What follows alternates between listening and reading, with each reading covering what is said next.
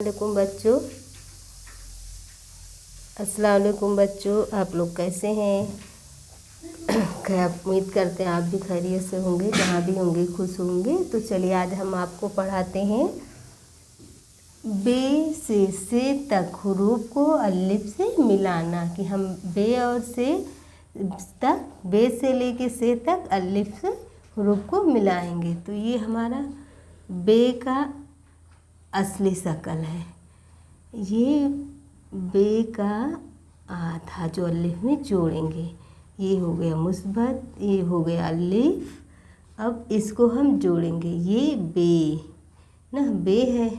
अब ये बे को हम अलिफ में जोड़ दिए तो ये क्या है? बा। क्या हुआ? बा। इसको मुँह खोल के पढ़ेंगे जब अलिफ जुड़ जाएगा। बा। अब आता है पे। बे के बाद क्या आता है? पे। देखो ये पे की अपनी असली शक्ल और ये जोड़ने वाली शक्ल जो अलिफ में हम जोड़ेंगे ना पे को। ये वो है। अब ये मुस्बत हो गया, ये अलिफ।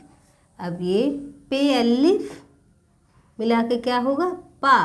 ये पे हो गया हमारा, ये पे हो गया और ये अलिफ हो गया पा। अब इसके बाद आते पे के बाद क्या आता है? अलिफ बे पे ते। अब क्या आएगा? ते। ये ते की अपनी शक्ल, ये ते का शुरुआती शक्ल।